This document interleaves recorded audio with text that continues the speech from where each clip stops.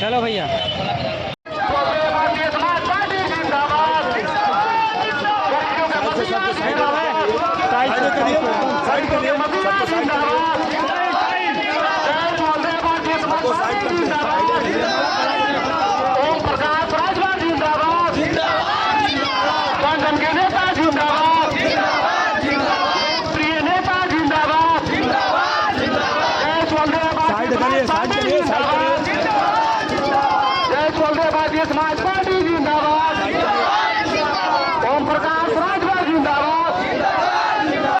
अंग्रेजों के गुलाम थे। यह देश अंग्रेजों का गुलाम था।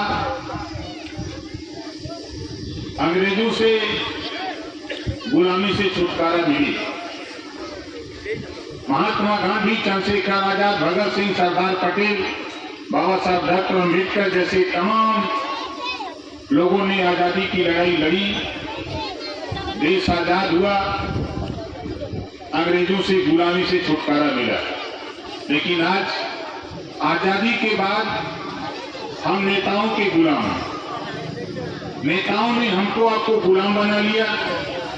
कोई जाति के नाम पर, कोई धर्म के नाम पर, कोई मजहब के नाम पर, कोई मंदिर के नाम पर, कोई मस्जिद के नाम पर हमको आपको गुमराह करके ये नेता हमारा आपका कीमती वोट जो बाबा साहब डॉक्टर अम्बेडकर जी ने हमको आपको अथक प्रयास से दिया है, उस वोट को ले जाकर के दिलवा देते हैं। और दिलवाने के बाद जब सरकार उस साथी की बन जाती है तो फिर वो मुड़ करके आपकी तरफ देखने का काम नहीं करता। इसी बात को हम समझाने का प्रयास करते हैं। हम ही आपके इलाके में कोई नया हम थोड़ा है। हम कभी नरकटियागंज में मीटिंग किए, कभी जो गांधी जी नमक आंदोलन शुरू किए जहां से आपके इसी जिले से, उस मैदान पे जाके मीटिंग किए।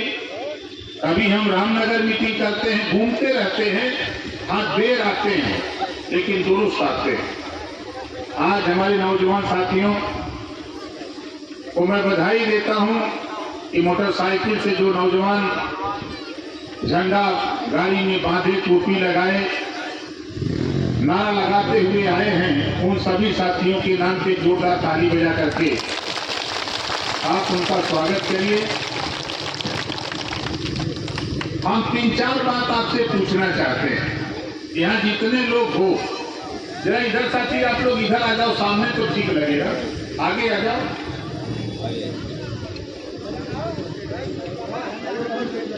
नहीं खड़े रहिए, कुछ नहीं, सामने रहिए, खड़े रहिए, खाली कोई दिक्कत नहीं हमको, ताकि हम भी आपके चेहरे को हम भी देख सके और समझ सके, पढ़ सके।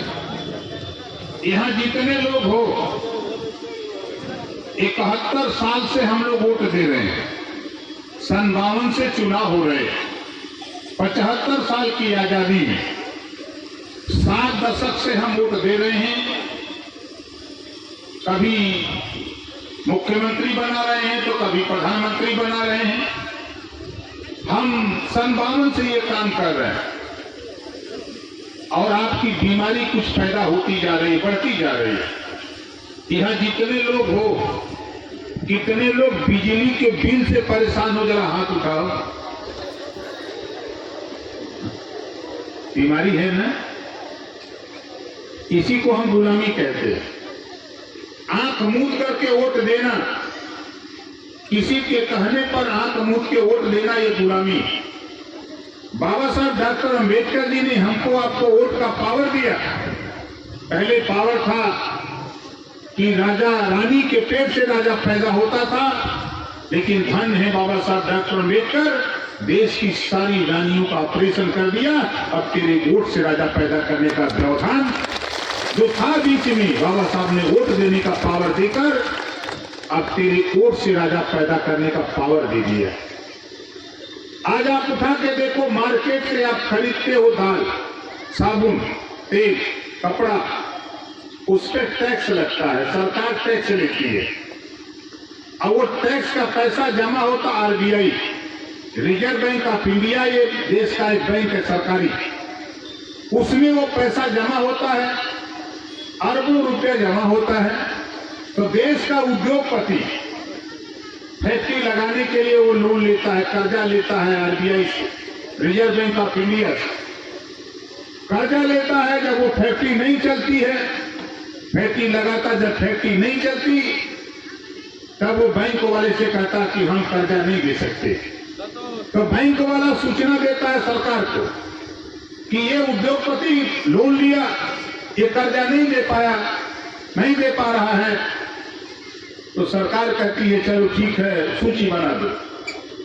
लिया, उसकी सूची बनाकर उसे डिफाल्टर घोषित किया जाता है और डिफाल्टर घोषित कर लाखों करोड़ रुपया कर्जा अमीरों का माफ हो सकता है, तो गरीबों को भी घरेलू बिजली का बिल, इनको भी डिफाल्टर घोषित करके इनका भी कर्जा माफ होना चाहिए।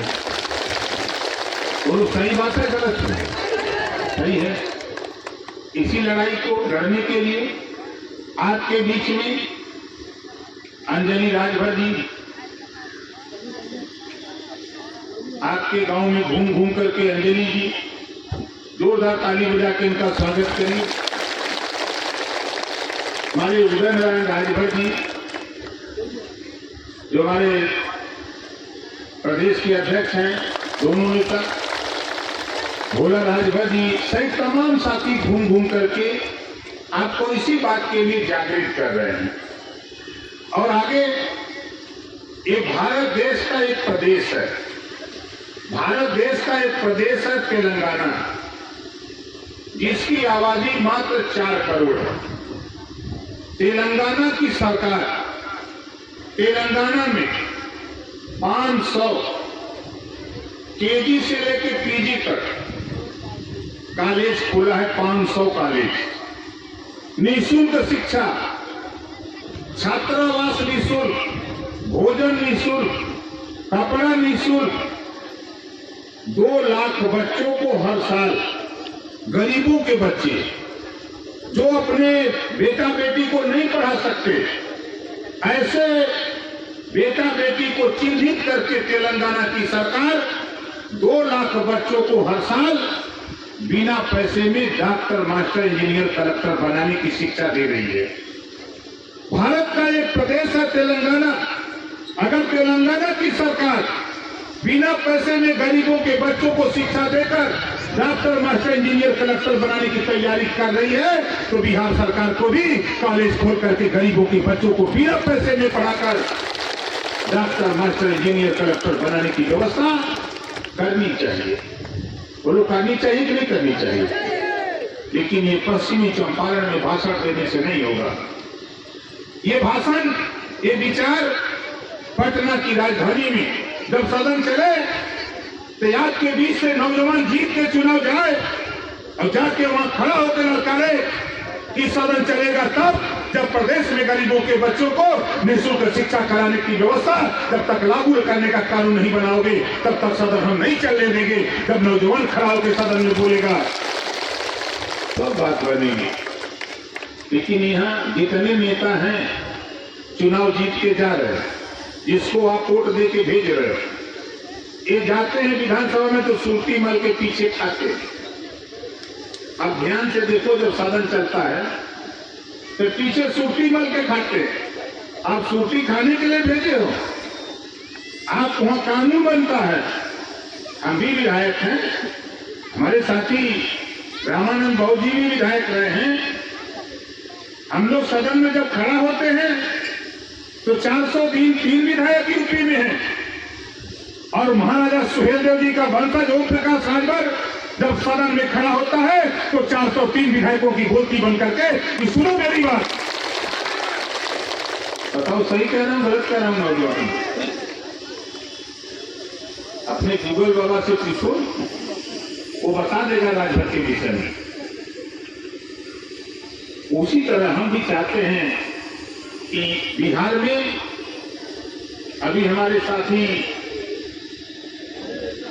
कह रहे थे कि आबादी, मैं कटिहार गया, पूर्णिया गया, मधेपुरा गया, आपके रोहतास गया, औरंगाबाद गया, सासाराम गया। हम बैठे थोड़े हम लोग, आप लोग देखते होंगे सोशल मीडिया पे बिहार के 38 जिले हैं, लगभग हम लोगों ने 27 जिले में घूम करके मैं खुद जाकर के मीटिंग कर डाला। और मैं यही कह रहा हूं कि जब तक गुलामों को गुलामी का एहसास कराकर जब तक ही बेड़ी को तोड़ नहीं दूंगा, तब तक हम लोग भी चैन से बैठने वाले नहीं। चलो, आप मान लिया कि आप मुख्यमंत्री हो, नीतीश जी मुख्यमंत्री हैं, 8वीं बार मुख्यमंत्री हो, लेकिन इधर भी तो देखो। और नहीं देखोगे तो इसी वोट के बल पे हुआ बैठे हो, इसी वोट के बल पे बैठे हो। तो हम भी जानते हैं, घबराओ नहीं, दवाई तो हमने शुरू कर दिया। और नौजवान साथियों, मैं आपसे कहूंगा कि देखो, इस प्रदेश में रहने वाली अहिर गणेरी कुंभी कोयरी भर चमार मुसर धोबी खटिक पासी केवल बीन मला जोहा दुनिया सारिक शेख सैयद पठान चौहान ठाकुर ब्राह्मण बनिया लाला गोड़ खरवार भूमियार बिहार आला कर्कवंशी रजवार राजवंशी राजधूप बारी थारू, तमाम ऐसी जातियां हैं जो राजनीति से छूटी हैं। ऐसे लोगों को अपने साथ जोड़ो और आने वाला कल, मैं दावे के साथ कहता हूं, 2024 आ रहा है। 2 लाइन का दोहा किसी कवि ने लिखा है, खुद को कर बुलंद इतना कि खुदा खुद बंदे से पूछे कि बता तेरी रजा क्या है। आप चाहते क्या हो? वो स्थिति यूपी को हमने थोड़ा इस समय छोड़ रखा है। इस समय हमारा ध्यान पूरी तरह बिहार पे हम लोग केंद्रित हैं। हमारे राकेश जी अभी खड़ा हो जाइए, जोरदार ताली बजा करके राकेश जी का स्वागत करें। 4 साल पहले रामनगर में भेंट हुई। 4 साल के बाद फोन से तो बात होती रहती, फोन ये भी कर लेते, हमको भी समझ नहीं आता, फोन कर लेते। लेकिन मैं चाहता हूं, मेरी कोशिश हो रही है, मेरी चाहत है कि देखो, मैं यूपी में बाबा साहब डॉक्टर अम्बेडकर जी ने संविधान पूरे देश के लिए बनाया, कि खाली यूपी के लिए बनाया, उत्तर प्रदेश के लिए, पूरे देश के लिए बनाया। हम जहां से विधायक हैं, गाजीपुर एक जिला है, विधानसभा जहुरावा, हम दूसरी बार विधायक चुन के गए हैं। 1 साल दूसरी बार का पूरा हो गया। 6 साल के अंदर 10 करोड़ 14 लाख रुपया गरीबों के ऑपरेशन और इलाज के लिए हमने यूपी में दे डाला। 10 करोड़ 14 लाख रुपया। कोई जाति बंधन नहीं, चाहे वो थारू रहा हो, चाहे बाली रहा हो, चाहे बिहार रहा हो, चाहे रजवार रहा हो, चाहे राजवंशी रहा हो, चाहे राजभर, चाहे चौहान, चाहे पटेल, चाहे यादव, चाहे ब्राह्मण, चाहे जुलाल, भुनियान, सानी, साइन, दर्जी, फकीर, किसी जाति का रहा हो, अगर वो मेरे पास आया, उसके इलाज के लिए डॉक्टर ने लिख दिया कि इसको 5 लाख, 7 लाख, 10 लाख चाहिए, तो मैंने दस्तखत करके उसको रुपया उसके हॉस्पिटल में पहुंचाने का काम किया। अब आप बताओ, आप लोग भी वोट देते हो? वोट देते हो कि नहीं देते हो? अब आप बताओ, वोट तो देते हो। किसी गरीब के इलाज ऑपरेशन के लिए कोई विधायक सांसद किसी को 10,000 रुपया दिया? बोलो दिया? नहीं दिया। हम लोग तो इसी न आए हैं, घूम रहे हैं। हमको यहाँ एमएलए थोड़ा बनना है, हमको यहाँ एमपी का चुनाव नहीं लड़ना है, लेकिन मुझे एक कानून जरूर बनाना है। अगर यूपी में एक कानून बनाने की तैयारी हो गई है, तो बिहार में भी एक कानून बन जाए। कोई गरीब किसी जाति धर्म का हो, अगर बीमार होता है, इलाज कराना है, ऑपरेशन कराना, जितना रुपया लगे उतना रुपया सरकार दे, गरीब का इलाज फ्री में होना चाहिए। ये कानून बिहार की धरती पर बनना चाहिए। बताओ, बनना चाहिए कि नहीं बनना चाहिए? इतने लोग चाहते हो कि कानून बनना चाहिए, बनना चाहिए। लेकिन इस कानून को बनाने के लिए नौजवानों, आपको संघर्ष करना पड़ेगा, आपको मेहनत करनी पड़ेगी। ये मत सोचना कि हम आए हैं और चले गए। हम लगभग कोई ऐसा गांव नहीं है कि जिस गांव में देश के 140 करोड़ आबादी में कोई ऐसा परिवार नहीं है कि जिसके घर में ओम प्रकाश राजभर प्रवेश न कर गया हो। यहाँ जितने लोग हो, जिसके हाथ में स्मार्टफोन, मोबाइल, बड़ी वाली मोबाइल होगी, आपके मोबाइल में ओम प्रकाश राजभर, आपके घर में टेलीविजन, हम वहां दिखते हैं आपके घर में। आप अखबार पढ़ते हैं जो राष्ट्रीय अखबार है, राष्ट्रीय अखबारों में चाहे वो अंग्रेजी का समाचार हो, चाहे हिंदी का हो, चाहे उर्दू का हो, चाहे किसी भाषा का हो, उसमें आपकी खबर छपती है। यहां तो छोड़ दो, दुनिया की समाचार agency British broadcasting corporation of London, जिसको बीबीसी लंदन कहते हैं, बीबीसी लंदन से तेरा समाचार रामदत्त त्रिपाठी प्रकाशित करते हैं। पूरी दुनिया को बताते हैं कि भारत देश का एक प्रदेश है उत्तर प्रदेश, भारत देश के एक प्रदेश उत्तर प्रदेश के बहराइच जिले में पैदा महाराजा सुहेल देव जी का वंशज ओम प्रकाश राजभर देश की राजनीति में भूचाल पैदा कर दिया है। आप बताओ, बीबीसी लंदन से चालू हो गया। अब पश्चिमी चंपारण हो, चाहे पूर्वी चंपारण हो, चाहे बेतिया हो, चाहे नवादा हो, इस इलाके में आप बताओ,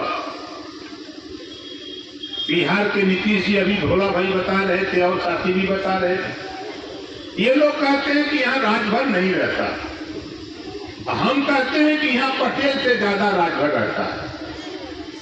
आप बताओ, अपने अपने गांव में पेट्रोल लो, आपके गांव में खालू मिल जाएगा, जायसवाल मिल जाएगा, यादव मिल जाएगा, चौहान बिंद केवट मल्ला मुसलमान मिल जाएगा, ब्राह्मण राजपूत यादव मिल जाएगा, लेकिन गिनती इनकी नहीं है। इसी नाते हम लोग तय किए, अभी 7 महीना टाइम है नौजवान, जैसे पटना गांधी मैदान रिहर्सल किए हैं 7 अक्टूबर, आज से अगर जोड़ोगे तो 7 महीने बाद हम बिहार की तैयारी कर रहे हैं। पहले एक राजा दूसरे राजा को हरा देता था तो राजपाट मिलता था, या मूड़ी काट के मार देता था तो राजपाट मिलता था। लेकिन धन्य है बाबा साहब डॉक्टर अम्बेडकर जी, उन्होंने अब वो चीज पैदा कर दिया कि अब सबसे ज्यादा मूड़ी जिसके पास होगी उसी का राजपाट होगा। ये बाबा साहब डॉक्टर अम्बेडकर की देन। तो हम भी चाहते हैं कि हम गिनती कराना चाहते हैं बिहार के लोगों, मधेपुरा से लोग आएंगे, कटिहार से आएंगे, पूर्णिया से आएंगे, सासाराम से आएंगे, आपके बिहार के 38 जिले से हम ले आएंगे और उसी 38 जिले में आपका जिला भी है। आप लोग बताओ, बिहार चलना होगा तो चलोगे कि नहीं चलोगे? एक काम करो, देखो जितने लोगों के पास झंडा है, अपनी अपनी गाड़ी में नौजवान लेके आए हो, टाली पे बांध के लेके आए हो, इस झंडे को मजबूती से अपने दरवाजे पर टांगो। जानते हो, जब झंडा टांगोगे तो झंडे से सवाल खड़ा होगा, लोग पूछेंगे कि झंडा क्यों टांगे हो, उनको बता देना कि अब बिजली का बिल माफ कराओ तो यही वजह टांगिए। बोलो सही रहेगा कि नहीं सही रहेगा? अगर वो पूछता है कि झंडा क्यों टांगे हो, उससे कह दो कि अपने बेटा बेटी को, आने वाली पीढ़ी को डॉक्टर, मास्टर, इंजीनियर, कलेक्टर बनाने के लिए, निःशुल्क शिक्षा दिलाने के लिए अब ये झंडा टांगा हो। अगर मर्द हो तो तुम भी टांगो, अगर तुम भी चाहते बिजली का बिल माफ कराना अपना, हमारी तरह टांगो। और दावे के साथ कहता हूं 2025 तो आने दो। 2025 देखो, दिल्ली के लोगों ने अंगड़ाई लिया, दिल्ली में बिजली का बिल माफ हो गया। पंजाब के लोगों ने अंगड़ाई लिया, वहां बिजली का बिल माफ हो गया। अब बिहार के लोग अभी सोए हैं, यूपी के लोग सोए हैं। यूपी में लगभग 25 करोड़ आबादी में हमने लगभग सबको जगह रखा है। लोग यही कह रहे हैं कि साहब मौका आने दो, जिस दिन तेरा ऐलान होगा उस दिन हम लोग घरेलू बिजली का बिल माफ करा करके मानेंगे, लखनऊ की पंचायत में चल करके। तो बिहार के लोगों, इसी नाते हम पटना की तैयारी किए कि पटना में भी हम सरकार को समझाना चाहते हैं, जो यहाँ की सरकार है, इस सरकार को भी एहसास कराना चाहते हैं कि ये देश में हमारे है तो हमनों के हिस्सा मिले के चाहिए कि नहीं चाहिए, हिस्सा की लड़ाई। अब मां बहनों देखो, आप सुन लो, 75 साल की आजादी में सभी नेता कहते हैं कि महिलाओं के ऊपर जुल्म जातीय अत्याचार होता है। सभी नेता कहते हैं, करता कौन है? इसके इलाज के लिए ओम प्रकाश राजभर भारतीय समाज पार्टी हम लोगों ने तय किया है। आए कहने वाले नेताओं, असल अपने माँ बाप के पैदा हो, आधी आबादी महिलाओं की है, लोकसभा विधानसभा में आधी सीटें इनकी आरक्षित कर दो, उसी दिन जुल्म जातीय अत्याचार बंद होने लगेगा। उसी दिन अगर चाहते हो नौकरियों में 50% सीटें महिलाओं के लिए आरक्षित कर दो, शिक्षण संस्थाओं में आधी सीटें, चाहे वो प्राइवेट हो चाहे सरकारी, इनके लिए आरक्षित कर दो।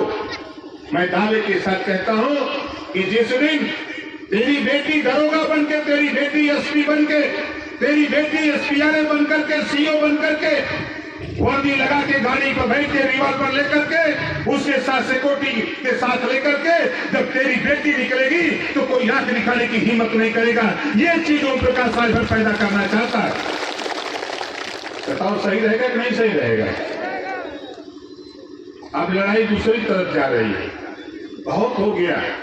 आधी आबादी कहने वाले लोगों हिस्सेदारी देने की बात आती है तो भागते हो। आओ हम चलते हैं। आ रहा है लोकसभा का चुनाव 24 के चुनाव में ही हम बिहार की धरती से, यूपी में तो तय हो गया है कि 2 सांसद जा रहे हैं दिल्ली, 2 सांसद मेंबर ऑफ पार्लियामेंट हम दिल्ली भेजने जा रहे हैं। अब नंबर है बिहार।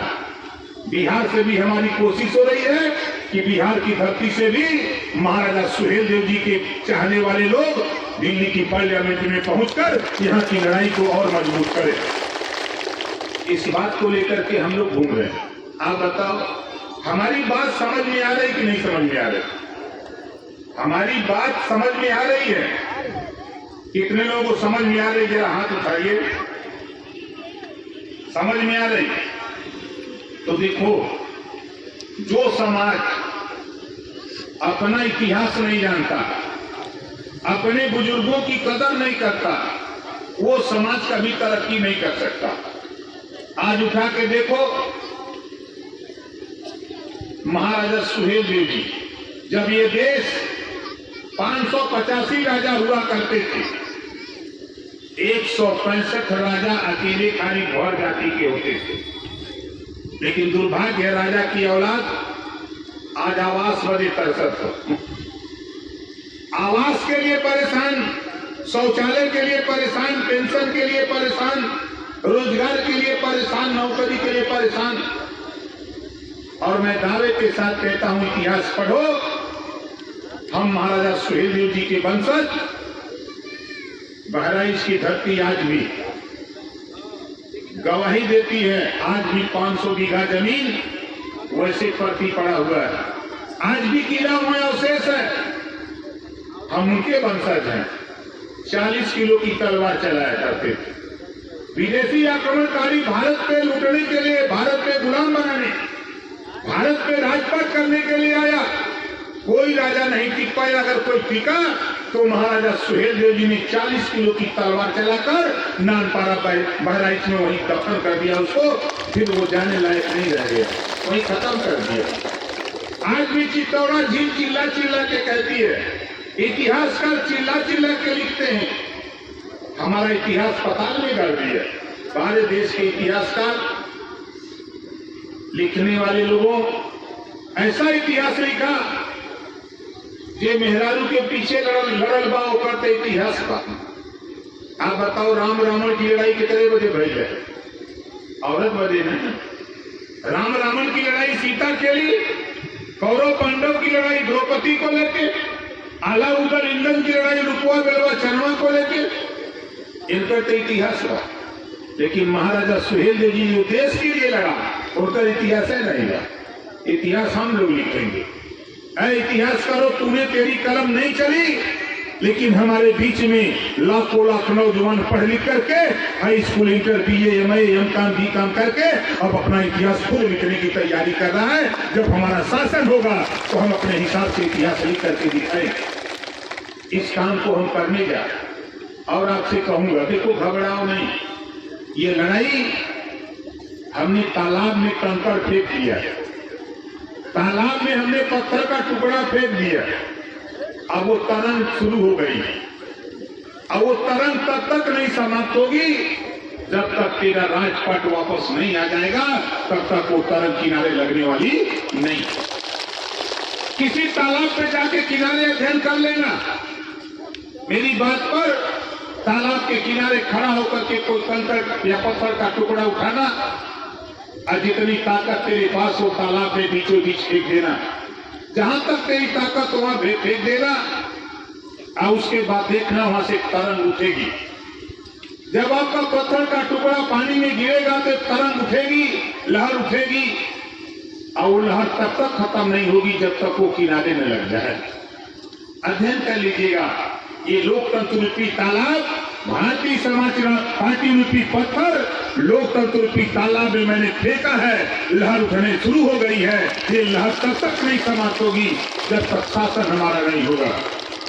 इस नाते हम आपसे कहना चाहेंगे कि साथियों, ये लड़ाई हम सबकी है। इस लड़ाई को लड़ने के लिए एक नारे के साथ जब तक हम अपने इतिहास को हम खुद नहीं बोलेंगे, दूसरा कोई नहीं बोलेगा। अब जैसे एक आवाज बड़ी तेजी से फैल रही, हमारे नौजवान आ रहे थे, नारा लगा रहे। अब देखो, हमारे भोला भाई बहुत निराश थे और सफलता इस बात का द्योतक है, सफलता के लिए प्रयास पूरे मन से नहीं किया। हम बहुत भीड़ जुटाने के लिए यहां नहीं आए, हम बहुत भीड़ जुटा करके भाषण देने हम नहीं आए। हम वो चीज है, 50,000 की भीड़ में भी हम भाषण देते हैं, 500 में भी भाषण देते हैं, 50 आदमी को भी समझाते हैं। अगर नहीं कोई रहता है तो पेड़ देवता से भी कहते हैं कि आए पेड़ देवता, अगर आप दुनिया को ऑक्सीजन देते हो तो ये गरीबों को भी ऑक्सीजन देने का काम करो ताकि ये अपनी लड़ाई खुद लड़ सके। हम तो अकेले पेड़ देवता को भी समझाते। तो निराशा मत पैदा करो। हमारे सभी आयोजक साथियों को धन्यवाद देता हूं, जिन साथियों ने मेहनत किया, परिश्रम किया। आप लोगों तक गए, आप आए मत आए, जो लोग आए अच्छी बात, जो नहीं आए वो भी अच्छी बात, लेकिन आप यहाँ हो, इसका संदेश पूरे देश में जा रहा है। कल आप देखिएगा दिल्ली में चर्चा शाम को होगी। अभी थोड़ा सा हम गर्म हो जाए तो शाम को आपके इसी बिहार पटना में डिबेट बैठा दूंगा, टीवी पर चर्चा शुरू हो जाएगी। गड़बड़ जी है, गड़बड़ बोल दिए। हम गड़बड़ नहीं, कुछ कट बोलते हैं जो लोगों को अच्छा नहीं लगता, लेकिन हम बोलते हैं टाइम पर, लेकिन अभी टाइम उसका नहीं है। अभी हम लोग तैयारी कर रहे हैं। तो 7 अक्टूबर के पहले हम आप लोगों से कहूंगा, जहां भी जरूरत हो, जहां भी आप चाहो कार्यक्रम करना, आप प्रदेश अध्यक्ष जी को बताओ, हमारे भोला भाई को बताओ, जिलाध्यक्ष है, और हमारे तमाम नेता हैं, आप सभी लोग, इसको हमको जानकारी मिले, हम आ जाएंगे। और आखिरी बात, हम नौजवानों आपसे कहूंगा, देखो थाने पर आप लोग जाते हो, कोई समस्या होती है तो कुछ लोग हैं लुंगी पहन लेते हैं और हाफ शर्ट पहन के जाते हैं। थाने पर कोई होमगार्ड या सिपाही जी गेट पर रहते हैं तो उनकी भाषा होती है, कहां जाते हुए चल भाग यहाँ से। आप दूसरा आके देखिए, अगर आप जीन्स और पहन करके जाते हैं, पैंट पहन के जाते हैं, शर्ट पहन के जाते हैं, तो वही सिपाही जी, दरोगा जी कहते हैं, होमगार्ड जी कहाँ जाता हुआ, कहाँ इधर, फिर आपका मनोबल टूट जाता। लेकिन वही जब कुर्ता पैजामा पहन के जाते हैं तो वही सिपाही जी, दरोगा जी जो गेट पर रहते होमगार्ड, वही पूछते हैं, कहाँ हो नेताजी, कहाँ। अब देखिए 3 कुर्ता का हमने बताया है, अगर लुंगी लगा के जाओगे तो क्या जवाब मिलता है, जीन्स का पैंट पहन लो, शर्ट पहन के जाओ तो क्या मिलता है, अब कुर्ता पैजामा सिला के पहन लो तब क्या कहते हैं वही सिपाही दरोगा। कहो नेताजी कहाँ, क्या बात है, तो कहते दरोगा जी से नहीं मिले कि हाँ। अब आप जाओ दरोगा जी के कुर्सी खींच के बैठो। अब नेता बने में कौन पैसा लगत हो? अब दिखा भैया हम तो दिखा देते। हमारे राकेश जी इधर आ जाइए, हमारे उदय जी आप भी आ जाइए, यहाँ इसके बगल में खड़ा हो जाइए। दोनों लोग खड़े हैं। अब आप लोग मालिक हो, जज हो, आप बताओ नेता के लगा था? इधर वाला जोर से बोला। ये नेता लगा तुम्हें?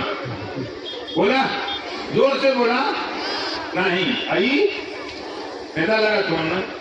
तो देखा एक काम करा, जितना में इनका शर्ट और पैंट हो इतना में 2 सीट कुर्ता पैजामा हो जाए। बहुत सस्ता मिलेगा। लोग ना समझ, कुर्ता पैजामा सिया के घरे में रख दा प्रेस करके बैठ जाए। जब संध्या के चक्की पे चाय पिए का टाइम हो या बाजार जाए का टाइम, तो पहले दिन पहने में थोड़ा लाज लगी। घरे में ले जाके दरवाजा बंद करके कुर्ता पैजामा पहना, एक बार 2 बार में पहन लेगा। पहन के दरवाजा खोल के बाहर निकला, चचा घरे में मतारी बहन भौजाई जे भी मिली, जे देखी तो कहीं का हो नेता बन गई। अब पक्की मुहर तो हो गई नेता का वही घर में। अब बाहर निकल बा दादा कक्का चचा बाबू जे भी मिली, तो वो कहीं का हो नेता बनत हुआ, नेता हो गई का।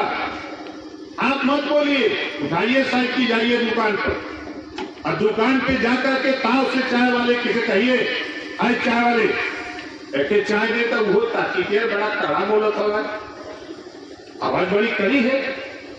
तो वो कहीं कहा नेता हो गई ना।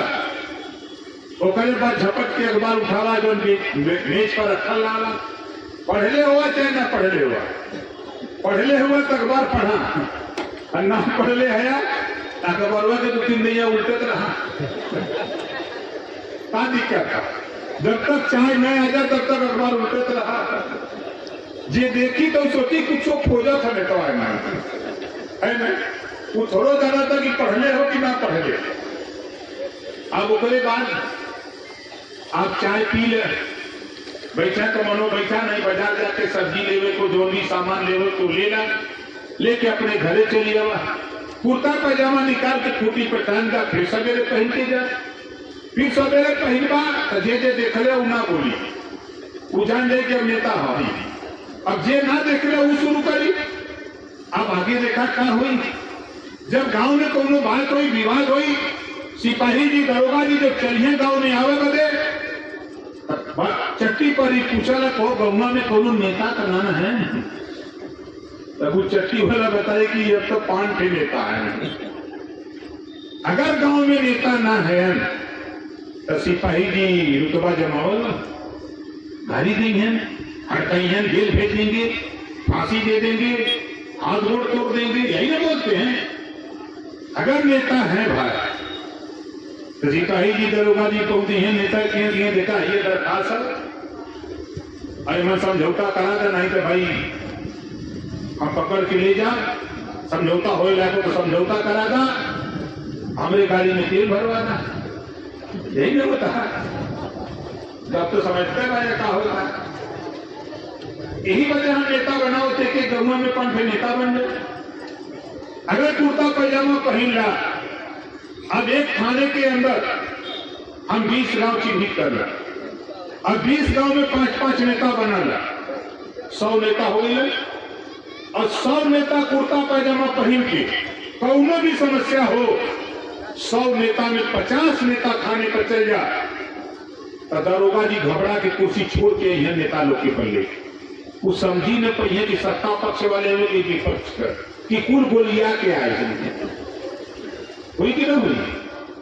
वो दिन दरोगा जी तब समझ दिए तो खुद पूछे कि बताओ क्या बात है भाई, इतने नेताजी लोग कहीं आ गए, बताओ अभी कर देते हैं। तो ये पावर साथी नेता बनने में है। अब बताओ नेता बनने में कोई रुपया लगा था? बोले रुपया लगा था नहीं। अब बताओ के नेता बने? अब देखा नौजवान इधर उधर मीडिया था, देखा हाँ ऐसा बेहया नेता है भाई ना, मिशन गहरा नेता इला कम से कम 100 लोगों के बोलाई लखनऊ और कुर्ता पैजामा सब निकलवा दे बिल्कुल उनका शर्ट और पैंट और वही पहना के आप शर्ट पैंट ले ले पैजामा कुर्ता पहना के भेज दे। वैसनो नेता हम यो करी ना एको पैसा न लगी वहां बसिए उलसियावल देना सर तो देखा ये भाई मजाक मत समझा। हम नेता बनावे के काम ये बदे करत हई कि जब हमारा नेता तैयार होगा तो उसी के बीच से कल प्रधान हमारा नेता होगा, कल जिला परिषद हमारा नेता होगा, कल हमारा वही नेता एमएलए और एमपी बनेगा। खिलवाड़ नहीं, खाली थाने की समस्या नहीं साथी, उसी बीच से हमारा नेता ऊपर जाएगा। तो बताओ ठीक रहेगा कि नहीं ठीक रहेगा? ये काम नौजवानों मैं आपसे कहूंगा कि देखो हम लोगों के जो बाप दादा हैं उनकी तो बीत गई, अंतिम चरण उनका चला ऊपर जाने का, लेकिन हम आप थोड़ा मेहनत करो। आने वाली पीढ़ी को हम दावे के साथ कहता हूं ज्यादा नहीं 10 साल खाली मेहनत करो, 10 साल के अंदर पूरे बिहार में बदलाव की लहर फैल जाएगी। ये स्थिति हम पैदा करके आपको देंगे। तो बहुत नहीं, हमको साथी 11:30 बजे तक हमको लखनऊ पहुंचना है। हमारी ट्रेन है दिल्ली जाने का। लखनऊ से हमने टिकट कराया है ट्रेन का 11:30 बजे। हमको हर हालत में 11 सवा 11 तक लखनऊ पहुंचना है। इस नाते हमारे राजभर युवा